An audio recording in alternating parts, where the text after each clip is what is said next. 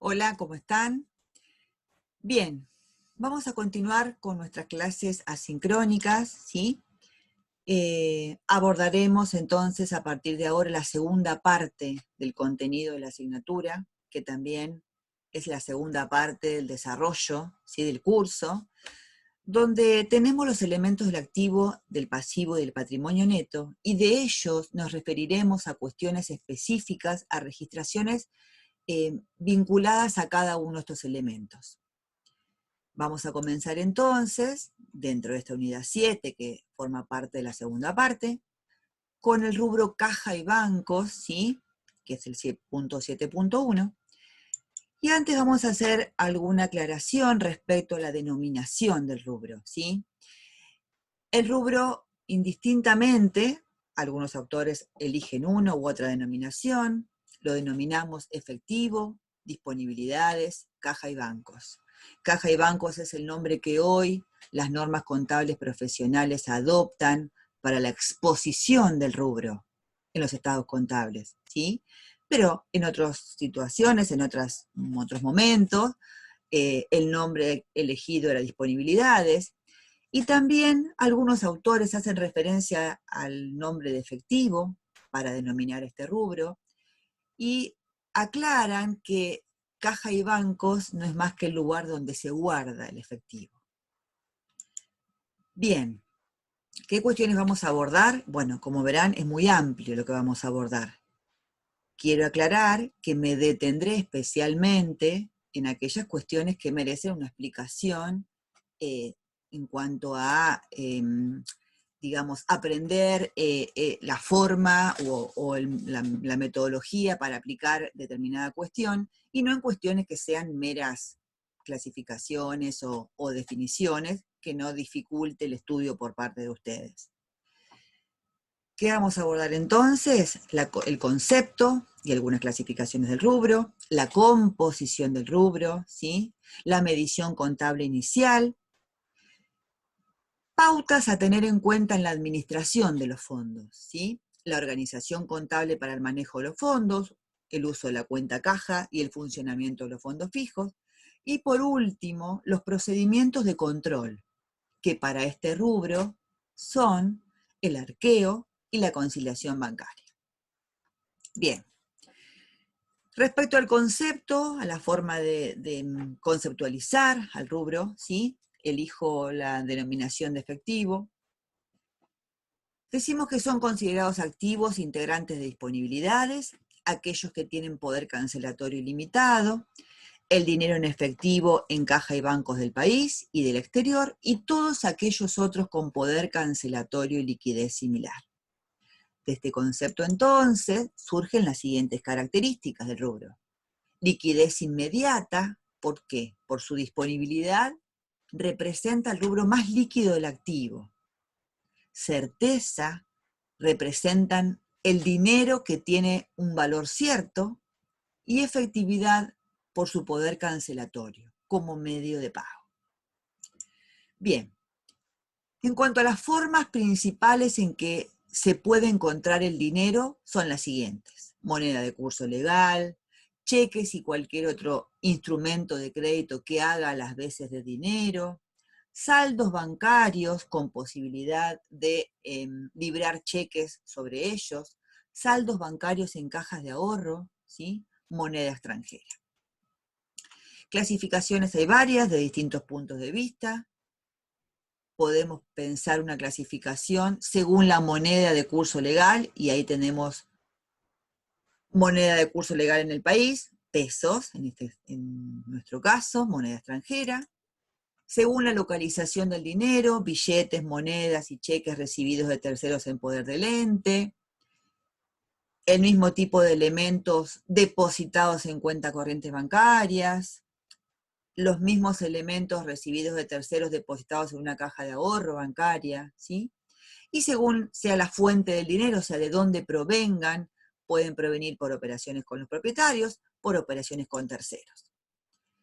En cuanto a los elementos integrantes, tenemos, en principio, activos disponibles en moneda de curso legal en el país, billetes y monedas en poder del ente, que en general denominamos caja, valores a depositar, o sea, cheques recibidos de terceros, generalmente de clientes, y que aún no han sido depositados en alguna de las cuentas que posee el ente, dinero depositado, ¿sí?, en cuentas corrientes bancarias, como también así en cajas de ahorro.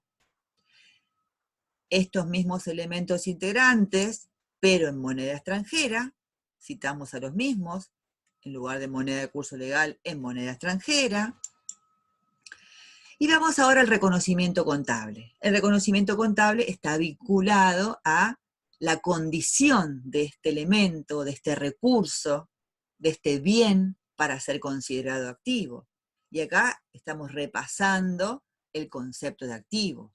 Por un hecho del pasado, el ente controla los beneficios que los activos, en este caso en caja y bancos, producen, porque el ente posee su libre disponibilidad a los efectos de poder cancelar de inmediato los compromisos asumidos por este. Dichos bienes, elementos integrantes de caja y bancos, poseen un valor, que en este caso ese valor es de ser utilizados como medio de pago. Bien, acá están mencionados, ¿sí?, los saldos disponibles en caja y bancos, cómo se generan, mencionamos cómo se generan, ¿sí? Esto podría asimilarse a la redacción del manual de cuentas, donde pondríamos todos los motivos por los cuales una de las cuentas de este rubro, ¿sí?, aumenta. Integración en efectivo con cheque de aporte, cobros por ventas de bienes, cobros de préstamos, obtención de préstamos, recepción de anticipos, recepción de donaciones. Obviamente estamos hablando de efectivo, entonces de eso se trata.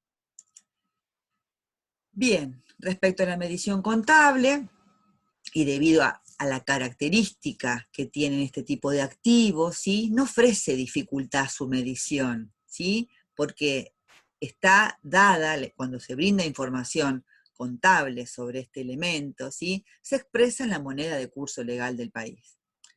Por lo tanto, entonces, decimos que los elementos patrimoniales que representan moneda de curso legal del país se encuentran automáticamente medidos, pero no si se trata de elementos expresados en moneda extranjera, los cuales deben convertirse a la moneda de curso legal al momento de la medición contable.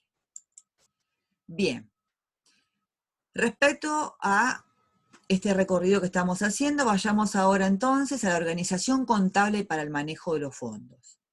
Y acá decimos que los entes pueden manejar con una única cuenta caja, ¿sí?, o manejar, además, implementar el uso de un fondo fijo o caja chica. Entonces, generalmente en empresas pequeñas, en entes pequeños, ¿sí?, la cuenta caja es única. Utilizamos una única cuenta caja donde la totalidad del dinero y los cheques recibidos de los terceros son utilizados para efectuar todos los pagos, ya sean grandes o pequeños, y o luego, el sobrante o no, ser depositados en cuentas bancarias de la misma. Pero para tener un mayor control interno, ya cuando los entes son más grandes, ¿sí?, un poquito más de mayor envergadura, es frecuente que las empresas posean un fondo fijo o caja chica para hacer frente a pagos menores y que el resto de los fondos sean depositados en cuentas bancarias, ¿sí? De esta manera, al implementar un fondo fijo, se establece la prohibición de utilizar el dinero en efectivo en transacciones habituales. O sea, el único destino del dinero en efectivo y de los cheques recibidos de terceros va a ser su depósito en cuentas bancarias. Entonces, de esta manera, el cheque sería el único medio de pago. Habrá conceptos o operaciones, cuestiones, que no pueden o no es conveniente que se cancelen mediante la entrega de cheques. Entonces, surge la necesidad en estos casos de establecer una forma para efectuar estos pagos. Así es como nace la constitución, la creación de un fondo fijo. El ente le otorga a una persona la responsabilidad del uso de esos fondos que le son asignados para efectuar pagos menores, pagos de importes pequeños, ¿sí? Entonces, se crea el fondo fijo mediante el libramiento de un cheque donde la persona encargada a este fondo fijo va a presentarse al cobro en alguna de las cuentas corrientes que el ente posee y ya dijimos que la totalidad del dinero en efectivo y los cheques recibidos de terceros van a ser depositados en esas cuentas bancarias. Vamos a ver un ejemplo. Por ejemplo, dice acá, con fecha 1 de marzo, el ente decide constituir un fondo fijo por un importe de 400 pesos. Para ello selecciona una persona para que sea el responsable del mismo y le entrega un cheque de la firma por el importe establecido. Para esto el ente debe determinar pautas o normas internas de cómo va a ser el manejo de este fondo fijo. Entonces, acá en este ejemplo, el ente decide que una vez que se haya utilizado del fondo fijo un importe que represente aproximadamente el 80%, deberá procederse a la reposición del fondo fijo. Además dice el ejemplo que el día 2 de marzo la persona encargada del fondo fijo, responsable del fondo fijo, elegida por el ente, cobra el cheque del banco y ahí ya comienza, ¿sí?, a funcionar este fondo fijo. Luego tenemos esta información, que con el dinero del fondo fijo, que justamente se constituyó para hacer pagos de menor cuantía, acá tenemos una lista de las erogaciones que se efectuaron durante el mes de marzo, ¿sí?, con dinero del fondo fijo. Ejemplos de gastos de librería, de refrigerio, remas de papel, un anticipo de sueldo a un empleado, material de oficina, ¿sí? Perfecto. Ahora dice, con fecha 21 de marzo, el encargado del fondo fijo presenta la planilla de rendiciones y se le repone el mismo en su totalidad con un cheque del banco X. Entonces, las registraciones que comenzamos a realizar en el libro diario vinculadas al fondo fijo son la constitución del fondo fijo cuando se le entrega el cheque al señor responsable, quien va y lo cobra. En ese momento entonces se registra en el libro diario el nacimiento de este elemento del rubro caja y bancos, fondo fijo, cuenta de activo que aumenta por 400, y se acredita banco cuenta corriente por ser el importe del cheque entregado al señor responsable del fondo fijo. Este sería el asiento entonces de la constitución del fondo fijo. El ente va a efectuar las registraciones en el libro diario de las erogaciones que el señor responsable realiza del fondo fijo, una vez que el señor responsable presente los comprobantes respaldatorios junto con la planilla de rendición. ¿Y esto cuándo será? Y, según las pautas que leímos en el ejemplo, va a ser cuando aproximadamente el señor responsable consuma, ¿sí?, aproximadamente el 80% del importe del fondo fijo. Si el fondo fijo constituido era de 400 pesos, el señor responsable del fondo fijo verá que cuando aproximadamente ya utilizó 320 pesos, ¿sí?, ya debe presentarse a rendir para que le repongan lo gastado. Acá tenemos entonces un modelo de una confección, un modelo, un ejemplo, de una planilla de rendición de fondo fijo, ¿sí?, donde se constituyó el 2 de marzo del año X1, con los 400 pesos que el señor responsable cobró el cheque, y ahí comenzó a tener este dinero bajo su custodia para utilizarlo en estos pagos menores, pagos de menor cuantía, ¿sí? Como verán, el ejemplo es ilustrativo, ¿sí? No representan los valores reales de estos conceptos, simplemente son ilustrativos.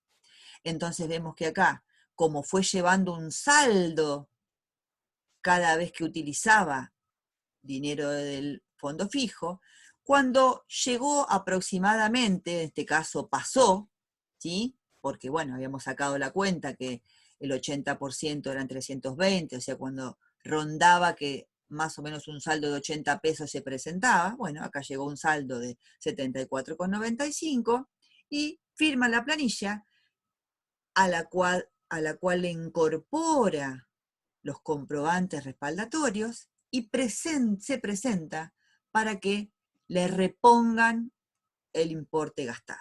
Obviamente, bajo previo control de estas erogaciones.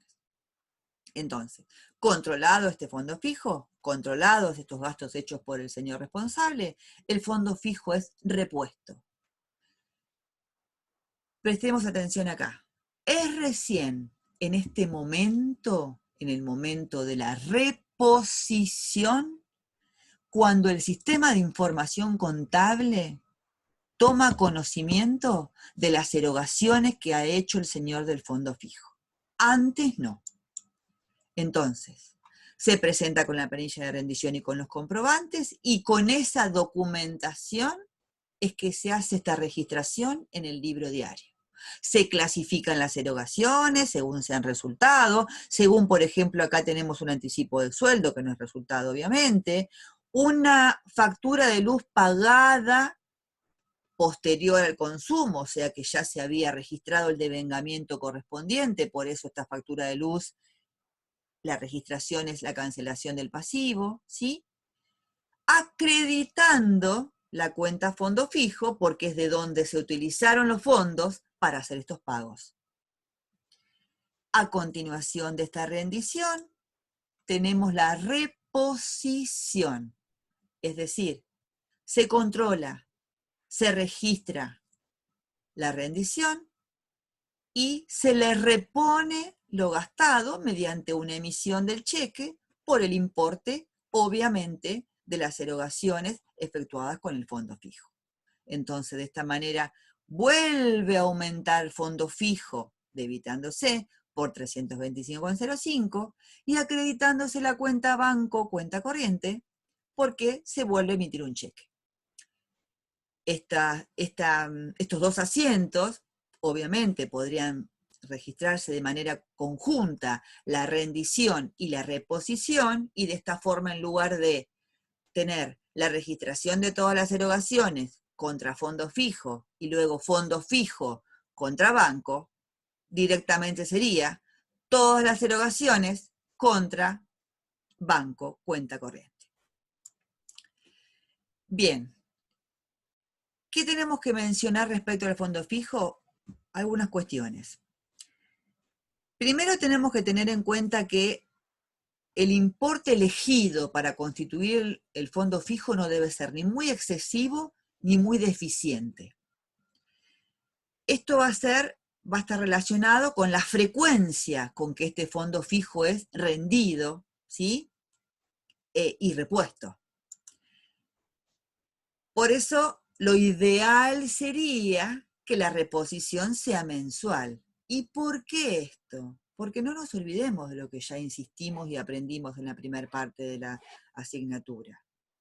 ¿Qué pretendemos? Pretendemos asignar los resultados en los periodos en que los mismos se devengan. Entonces, sería ideal que la rendición y la reposición del fondo fijo, ¿sí?, incluya todas las erogaciones realizadas en un periodo mensual. Pero puede pasar que esto no pase, obviamente, porque puede pasar que haber elegido un importe de fondo fijo muy chico haga que haya muchas reposiciones seguidas haya que hacer, y entonces, digamos, no resulte operativo. O al revés, que se haya elegido un importe excesivo y que tarde mucho el señor responsable en consumir la totalidad de ese importe. de esta manera, desde el momento en que comienza a realizar las erogaciones hasta el momento de la rendición, pueden pasar varios meses y estaríamos desvirtuando lo que con tanta insistencia aprendimos, de que lo ideal sería que los resultados se apropien a los periodos mensuales en que se devengan.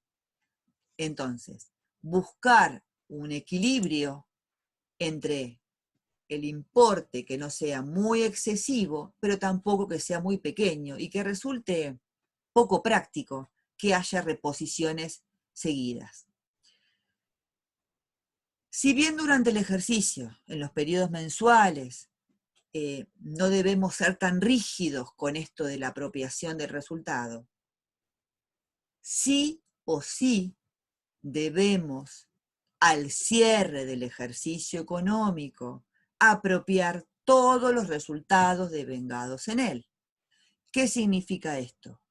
Que aunque no hayamos llegado al importe que el ente decidió poner como tope para la rendición, en nuestro caso el ejemplo, el 80%, pero haya erogaciones efectuadas y cierre el ejercicio, en ese caso entonces deberá proceder ese ente a reconocer estos resultados, es decir, deberá realizarse la rendición, aunque no se haga la reposición del mismo. Bien, terminamos con el fondo fijo y ahora vamos a pasar entonces a estos procedimientos de control. Estos procedimientos de control tienen que ver con, en particular, con que es el rubro donde es más propenso a que se cometan fraudes, ¿sí? Es manejo de dinero, ¿sí? Entonces, vamos a ver el procedimiento de control llamado arqueo, que en este caso vamos a ver arqueo de caja, pero también es aplicable al arqueo del fondo fijo. Cierra el ejercicio, el señor responsable del fondo fijo se presenta con la rendición y luego de registrar la rendición, el señor del fondo fijo debe tener, obviamente, guardados bajo su custodia el saldo no gastado, ¿sí? Entonces, el arqueo es tanto aplicable a la caja como a la caja chica o fondo fijo. Bien, y el otro procedimiento de control es la conciliación bancaria. Entonces, ¿qué pretende este procedimiento de control? Verificar la existencia y calidad, ¿sí? Dos cuestiones verificamos: existencia y calidad de los elementos incluidos dentro de la cuenta caja o también fondo fijo, ¿sí? Dicho procedimiento no es otra cosa que un inventario físico, ¿sí? Y esto recibe el nombre de arqueo. Entonces consiste en ¿qué? El recuento físico de los billetes, monedas, valores pendientes de cobro y otros, lo que podemos encontrar, incluidos por el ente en la cuenta referida. ¿Qué puede pasar producto de practicar este procedimiento de control, esta tarea de control? ¿Qué puede pasar? Y bueno, puede surgir que haya un sobrante o un faltante de dinero. Y acá el ente va a determinar cuáles son las normas de control, las pautas, ¿sí?, que él establece a los efectos de cuando sucedan estas cuestiones. Obviamente, como el responsable del fondo fijo también era una persona encargada, acá también hay una persona encargada del manejo de los fondos en la caja, que no es la caja chica. Eso ocurre de la misma manera. Entonces, ¿cuáles son las alternativas que puede decidir el ente respecto a estas cuestiones cuando haya un sobrante o un faltante? Puede decidir reconocerlo como un resultado del periodo, bueno, obviamente positivo si se trata de un sobrante, es decir, si el saldo de la cuenta caja es inferior al importe que surja del arqueo practicado, o un resultado negativo en el caso inverso, si el saldo de la cuenta caja es mayor a lo que surja producto del arqueo. O la otra alternativa, considerarlo como un crédito a favor del ente. En este caso, se trataría de que haya diferencias negativas. Entonces, el ente podrá definir, bueno, no corresponde hacerse cargo el ente de faltantes de dinero, ya que hay un señor responsable que debe asumir estos faltantes. En este caso, por ejemplo, estos créditos a favor del ente, es común, ¿sí?, que se computen como adelantos de sueldos, ¿sí? Entonces, que el ente tenga derecho a descontar de los haberes o los sueldos del empleado responsable de la custodia de la caja aquellos faltantes que ocurrieren. Entonces, dentro de esta decisión de computarlo como un resultado, en el caso de que sea negativo, o computarlo como un crédito, el ente definirá, bueno, depende qué envergadura sea el faltante, lo va a asumir como resultado, o no, o lo va a hacer cargo al señor cajero. Estas cuestiones tienen que ver con decisiones que de antemano se consensúan o se ponen de manifiesto y el señor responsable deberá aceptar. Vamos a ver un ejemplo. Bien. 31 de marzo del X1, perdón, el saldo de la cuenta caja que surge del libro mayor es de 1.220 pesos. Ese mismo día se procede a efectuar un arqueo de los valores incluidos en la misma, del cual surge lo siguiente. Y acá tenemos un detalle, ¿sí?, de lo que hay dentro de la cuenta caja. El monto, según el mayor, es 1.220, pero al abrir la caja nos encontramos con todos estos elementos. El total de los elementos recontados, arqueados, arroja un importe de 1.215. Ahí ya estamos viendo que hay una diferencia entre el saldo mayor de la cuenta caja con el producto del arqueo. Por eso decimos que este procedimiento busca verificar existencia y calidad. Acá estamos verificando existencia, ¿sí?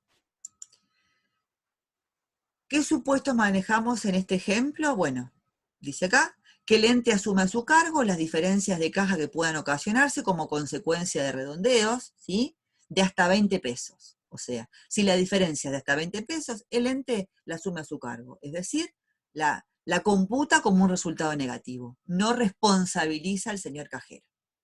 Sí responsabiliza al señor cajero encargado de custodiar la caja en caso de existir billetes que no se encuentren en condiciones de circular, sea porque sean deteriorados o por ser apócrifos.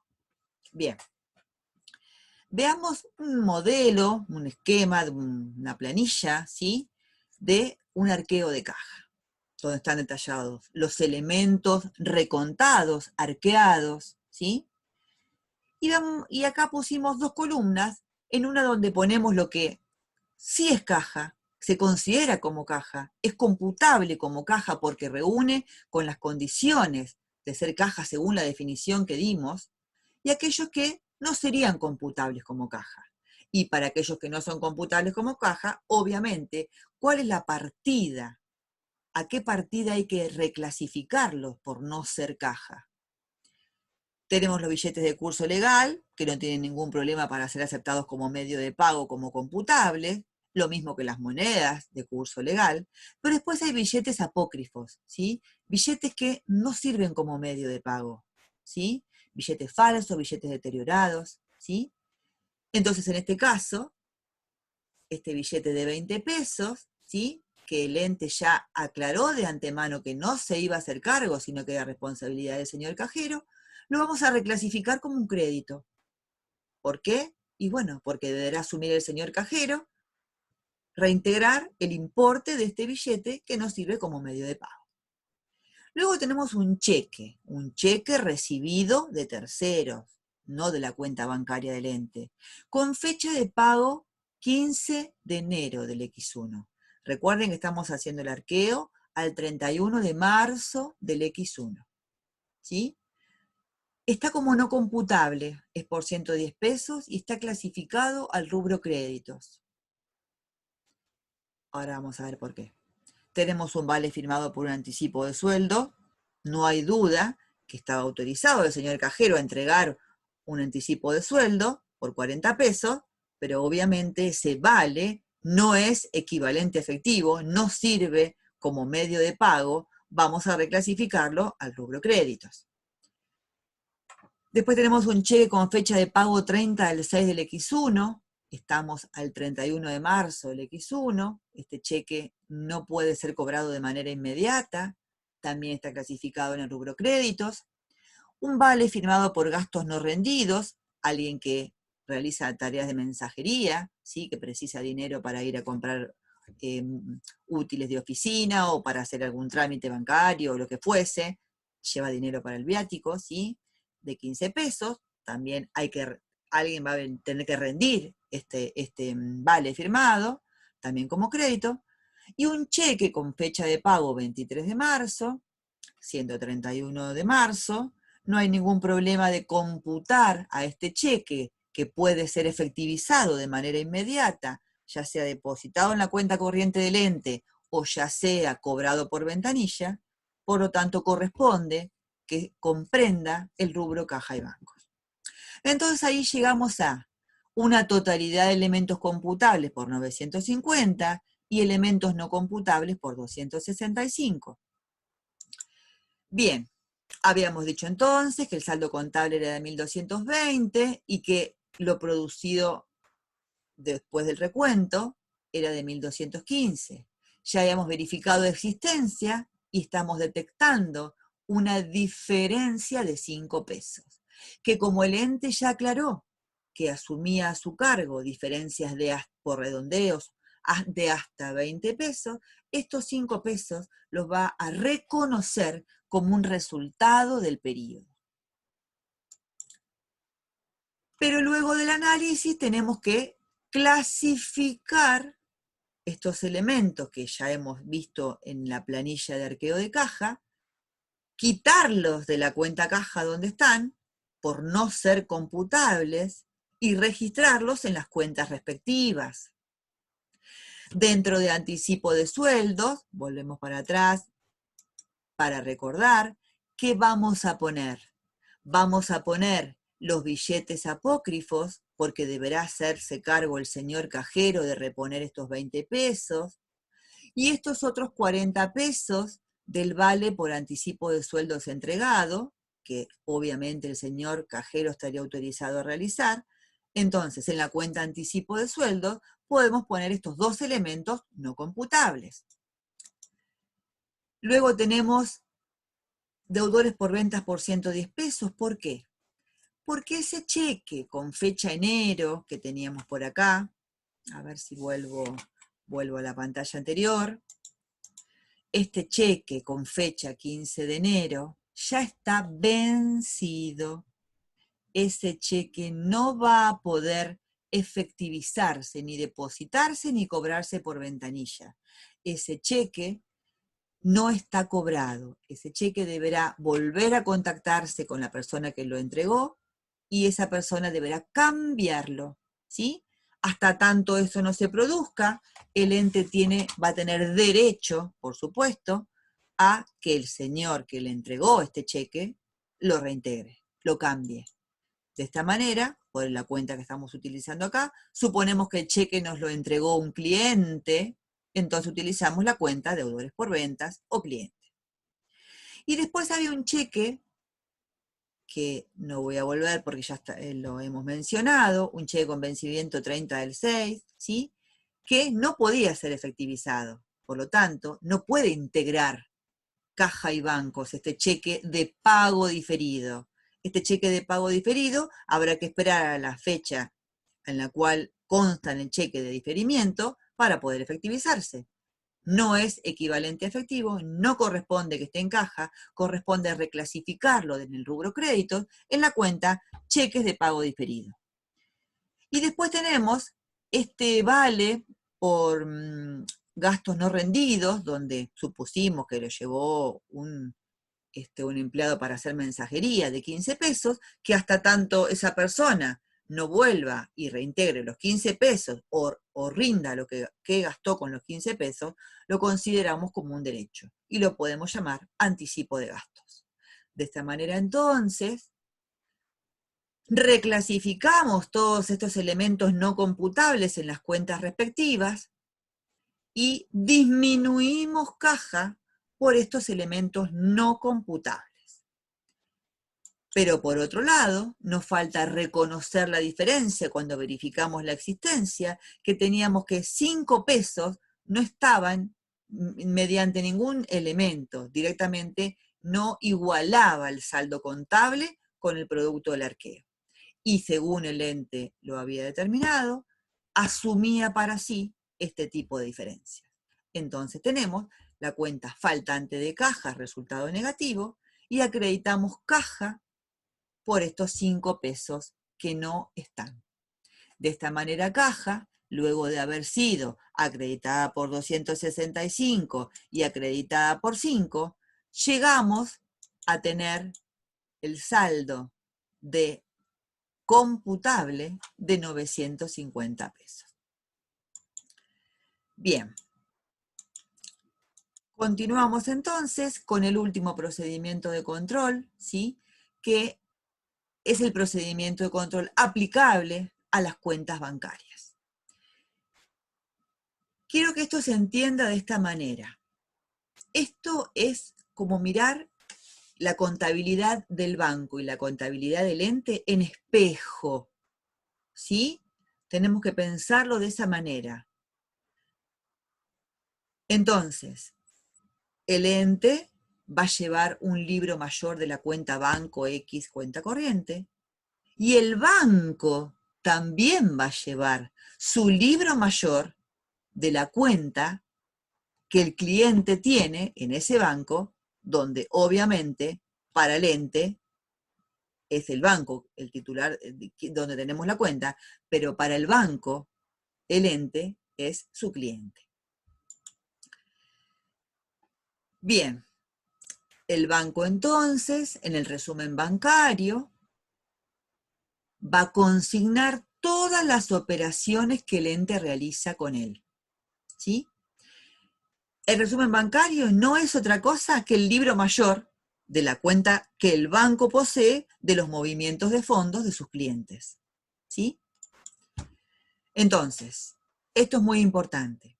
El saldo a favor del ente titular de una cuenta corriente bancaria, para el banco es un pasivo y por ello, en su sistema contable, tiene saldo acreedor. Para el ente es un activo y por ello, en su sistema contable, tiene saldo deudor. ¿Sí? Acá es donde yo les decía que la contabilidad la pensamos de ambos lados en espejo.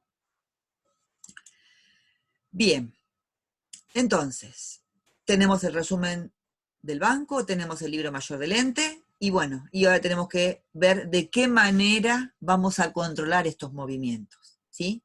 Decimos entonces que la conciliación bancaria es un procedimiento utilizado para explicar las diferencias que pudiesen existir y obviamente que es un elemento de control por excelencia.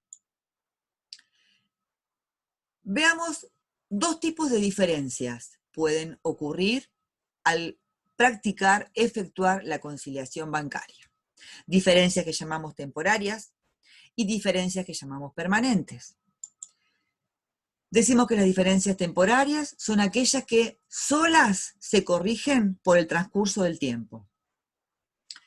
En cambio, las diferencias permanentes, como su nombre parece que lo indicara, ¿sí? Van a seguir siéndolo, van a seguir siendo diferencias, hasta tanto no se efectúen los ajustes correspondientes. Y acá aparece por primera vez un término que se va a utilizar en todos los rubros que sigan. Como estamos en esta parte donde en general en todos los rubros al cierre vamos a efectuar este control con varios de los rubros que abordemos, ¿sí? Vamos a hablar de ajustes, que no es otra cosa que un asiento contable en el libro diario, ¿sí? Donde estamos corrigiendo, modificando, arreglando, ¿sí? Algo que no está bien. En este caso, ese algo puede ser el saldo del libro mayor de la cuenta banco. Bien, entonces estos ajustes se registran en el libro diario, ¿sí? Y en general decimos que podrán surgir ajustes para registrar por el ente en sus libros, o bien que el ente deberá reclamar que el banco realice. No todos los ajustes deberá efectuarlos el ente, depende quién deba corregir el error o la omisión. Bien, ejemplos de diferencias temporarias. Por ejemplo, los depósitos efectuados por el ente y que aún se encuentran pendientes de ser acreditados por el banco. Miren cómo decimos acreditados por el banco. Si el banco acredita un importe, ¿sí? Está aumentando el saldo disponible del ente. Por ejemplo, esto es común en los depósitos de cheques recibidos de terceros, donde hay un plazo mínimo, conocido con el nombre de clearing bancario, que tarda desde el momento en que efectuamos el depósito hasta el momento en que el banco lo acredita. O sea, esos fondos están disponibles, ¿sí? Esto tiene que ver con la operatoria bancaria en sí misma, ¿sí? Este clearing bancario, en general, puede ser de 48 horas, 72 horas, 96 horas, depende dónde esté ubicado el banco, si sea de otra provincia, varias cuestiones que hay que tener en cuenta. Otro ejemplo de una diferencia temporaria, los cheques que el ente libró, emitió y entregó. Entregó, pero aún no fueron cobrados o depositados. O sea, aún no han sido presentados al cobro por parte de quienes son sus tenedores, sus beneficiarios. ¿Sí? Bien. Ejemplos, ¿sí? De diferencias permanentes, las comisiones, gastos bancarios, gastos por entregarnos las chequeras donde el ente efectuó los cheques, por mantenimiento de la cuenta, por certificación de firma, ¿sí? El ente solicitó algún servicio, ¿sí? El banco hizo este débito respectivo en la cuenta, ¿sí? Y el ente aún no se enteró. Otra diferencia permanente, cheques de terceros depositados por el ente y rechazados por falta de fondos. El ente confiadamente depositó un cheque que recibió de un cliente y el importe no fue acreditado porque el cliente no tenía fondos en su cuenta bancaria, por lo tanto, los fondos no fueron acreditados en la cuenta corriente del ente. Otro ejemplo, cheques librados por el ente que no se encuentran en condiciones de ser presentados. ¿Por qué? Porque está mal puesto el importe, porque está escrito sobrescrito, porque falta una firma, por ejemplo, ¿sí? O sea, motivos que hacen a las cuestiones formales del cheque. Bien. Decimos que para efectuar la conciliación bancaria se pueden seguir estos pasos, ¿sí? Acá están muy detallados, vamos a tratar de ir a lo concreto, ¿sí? Decimos, verificar si los saldos al inicio del periodo son iguales, es decir, parto de un saldo del ente, del libro mayor, parto del mismo saldo del resumen bancario. Si no lo son, verificar si estas diferencias se van a solucionar solas con el transcurso del tiempo o no. Comenzar el procedimiento de tilde, una marca, como fuese, en ambos, cuando coinciden los movimientos, ¿sí? Recuerden que son en espejo. Analizar luego las diferencias que se encuentren, si esas diferencias se van a ajustar solas con el transcurso del tiempo, es decir, son temporarias o no. Efectuar la conciliación, o sea, en un papel de trabajo, efectuar el detalle del producido de la conciliación, y luego, en caso de que corresponda, registrar los asientos de ajuste que fueran necesarios en el sistema contable del ente. Bien, hay varias formas de conciliar, de hacer la conciliación bancaria. Vamos a abordar solamente dos. Podemos optar por una de ellas, no es que tenemos que hacer las dos, optamos por una. Vamos a mostrar cómo serían dos. Partiendo del saldo del libro de mayor del ente para arribar el resumen bancario, o partiendo del saldo informado por el banco en el resumen bancario para arribar al saldo del libro mayor del ente. ¿Sí? Bien. No vamos a ir y volver de pantalla porque va a resultar muy tedioso, ¿sí? Pero ustedes pueden volver luego de tener la grabación y volver y ver la imagen. Acá tenemos los movimientos del libro mayor de la cuenta Banco X, cuenta corriente, al 30 de abril del X1. O sea, partimos del saldo que tiene el libro mayor al 31 de marzo, tenemos movimientos al debe y al haber, y tenemos un saldo al 30 de abril del X1. Vean que hay movimientos que tienen una doble raya. Esos movimientos que tienen una doble raya significa que en el proceso de tilde, ¿sí?, también fueron encontrados en el resumen bancario provisto por el banco. ¿Sí? Vean que hay otros movimientos que no están tildados, son aquellos que hay que analizar por qué no están tildados, es decir, por qué no constan en el resumen bancario. Entonces, este cheque número 05, en el cual se pagó el proveedor Z, este depósito en efectivo y este gasto bancario tildados, fueron encontrados. Los vamos a encontrar ahora cuando cambie la pantalla en el resumen bancario, obviamente en el lado inverso, ¿sí?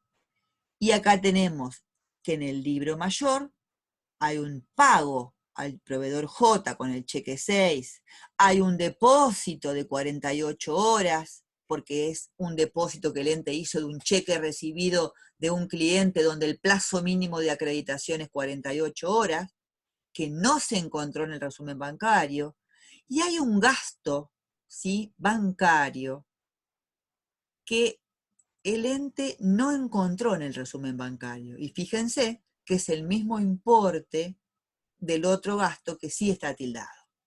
También vuelvo a recalcar acá que los importes son ilustrativos, ¿sí?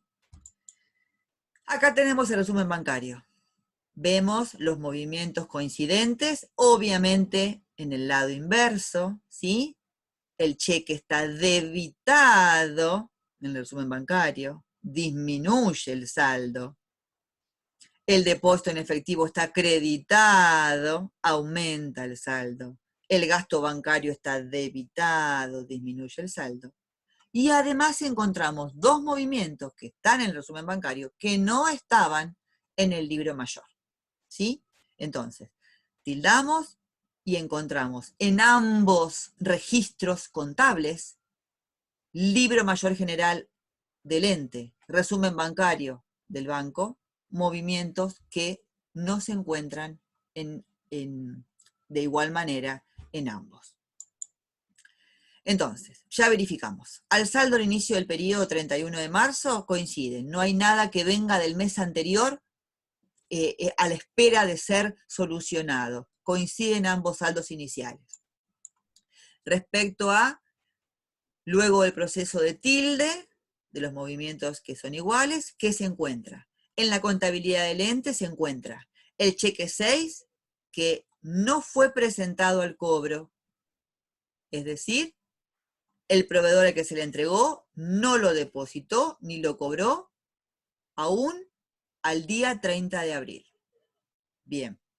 El depósito de un cheque de 240 pesos que debería haberse acreditado a las 48 horas, al 30 de abril aún no lo estaba. Y gastos bancarios registrados duplicados. Estos 15 pesos, de los cuales habíamos tildado uno solamente, ¿sí? Acá parecería que hay un error de la registración del ente. ¿Qué encontramos en el resumen bancario? Gastos por certificación de firmas que el ente no registró en la contabilidad. Seguramente es probable que no haya llegado la nota de débito respectiva, ¿sí? Del banco, y cheque debitado erróneamente de la cuenta corriente. Este cheque de 220 tenía una numeración que no correspondía a la numeración de la chequera del ente, cuando ustedes vuelvan a revisar todo este material, ¿sí? Evidentemente, el banco se equivocó y erróneamente le quitó de los fondos depositados del ente el importe de un cheque que el ente no había emitido. Determinadas las diferencias, en la contabilidad del ente analizamos si son temporarios o permanentes. El cheque número 6 de 600 pesos no presentado al cobro es temporaria, aún hay tiempo para que se presente. El depósito de 240 que había sido el 29 de abril, aún hay tiempo que se presente, que aparezca acreditado, perdón, en la contabilidad, en el resumen bancario, ¿sí? Y los gastos bancarios duplicados, obviamente es una diferencia permanente que el ente deberá ajustar en sus registros. Respecto al resumen bancario, tenemos los gastos por certificación de firmas no registrados en la contabilidad de 5 pesos, ¿sí? Y el cheque debitado erróneamente de la cuenta corriente bancaria. Bien. En el resumen bancario, entonces, encontramos los cheques por certificación de firmas no registrados en la contabilidad, diferencia permanente a ser ajustada por el ente, y el cheque debitado erróneamente de la cuenta corriente que la empresa posee en la institución, diferencia permanente a ser ajustada por el banco. Cuando la diferencia es permanente y la debe ajustar el banco, el ente no debe corregir nada en sus libros, solo debe ocuparse de reclamar esta situación, pero no debe ajustar nada en la registración contable, ya que el ente no es el culpable de esta situación, ¿sí? Solo debe ajustar aquellas diferencias permanentes que sí sean por errores u omisiones suyos. Bien. Vamos a hacerla primero partiendo del saldo del libro mayor de la contabilidad del ente, donde el 30 de abril había un saldo de 470 pesos. Y vamos a hacer esta suerte de cómo hacemos para llegar, o qué debería pasar para llegar de los 470 a los 620 que constan en el resumen bancario. Entonces, si nosotros a los 470 le sumamos los cheques no presentados al cobro, ¿sí? De 600. ¿Por qué? Porque no están en la contabilidad del banco. El ente registró, pero este cheque no se presentó al cobro. Y también le sumamos, para corregir el error, estos gastos bancarios contabilizados 2 veces, de 15 pesos. ¿Y qué debemos restar para llegar a los 620? El depósito aún no acreditado, que nosotros en la contabilidad lo habíamos registrado, pero el banco aún no nos lo acreditó, ¿sí? De 240. Los gastos bancarios que el ente no registró, no se enteró, no le llegó la nota de débito respectiva y no se enteró, de 5 pesos. Y el cheque debitado erróneamente por el banco, cuestión que deberá obviamente corregir el banco. De esta manera llegamos, si esto se arreglara o por sí solo, o se registraran las diferencias permanentes por parte del ente y por parte del banco, ambos saldos coincidirían. Haciendo este análisis de sumar y de restar, llegamos a lo que sí dice el resumen bancario que hay al 30 de abril, que son los 620 pesos. Lo mismo, exactamente el mismo análisis, pero con los signos invertidos. Si quisiésemos partir del saldo según resumen bancario, lo que en el otro análisis sumamos, ahora lo restamos y inversamente. Entonces, acá sumamos el depósito aún no acreditado, los gastos bancarios no contabilizados y los cheques debitados erróneamente, en este caso el de 220, y restamos los cheques no presentados al cobro y los gastos bancarios. Y volvemos, obviamente, a llegar al mismo saldo. ¿Cuáles serían entonces los movimientos y el saldo de la cuenta del libro mayor Banco X cuenta corriente? Lo siguiente. Vimos que antes de los ajustes hay 470. ¿Qué es lo que debe corregir, ajustar por ser diferencia permanente? Primero, debe sumar este gasto bancario duplicado, porque obviamente lo registró 2 veces, hay que sumarlo para neutralizar el efecto, y sí tiene que restar el otro gasto bancario que no estaba tildado porque el banco lo había debitado y el ente no se había enterado, de 5 pesos. ¿Sí? En definitiva, esto es un neto de un mismo concepto, un gasto bancario duplicado y un gasto bancario omitido. Entonces, ¿cuál es el saldo correcto del mayor de la cuenta banco, cuenta corriente, que debería quedar así corregido para exponer? 480 pesos. Ese sería el saldo luego de los ajustes. ¿Cómo llegamos a ese saldo en la cuenta, en el saldo en la cuenta del mayor? Debitando banco cuenta corriente por 15 pesos, aumentando el saldo bancario por el gasto duplicado y acreditando el resultado negativo. ¿Por qué acreditamos el resultado negativo? Los efectos de neutralizarlo, porque estaba 2 veces registrado este asiento. Y el otro gasto que no estaba contabilizado, obviamente el resultado negativo al debe, y achicamos el banco en 5 pesos. Esos son los únicos 2 ajustes que el ente debe hacer en la contabilidad. Otros se van a resolver solo en el mero transcurso del tiempo, o no, se verá el mes que viene, y otros debe corregirlos el banco y el ente no debe hacer nada. Bien, obviamente que es recomendable que esta clase la vean las veces que sea necesaria, con detenimiento. Acá les dejo la bibliografía sugerida, la bibliografía que tomo como base para esta clase es el libro Contabilidad Patrimonial, y para quienes no tengan este material, pero tengan estos otros, también son autores de la bibliografía, que forman parte de la bibliografía de la materia. Bien, por hoy dejamos.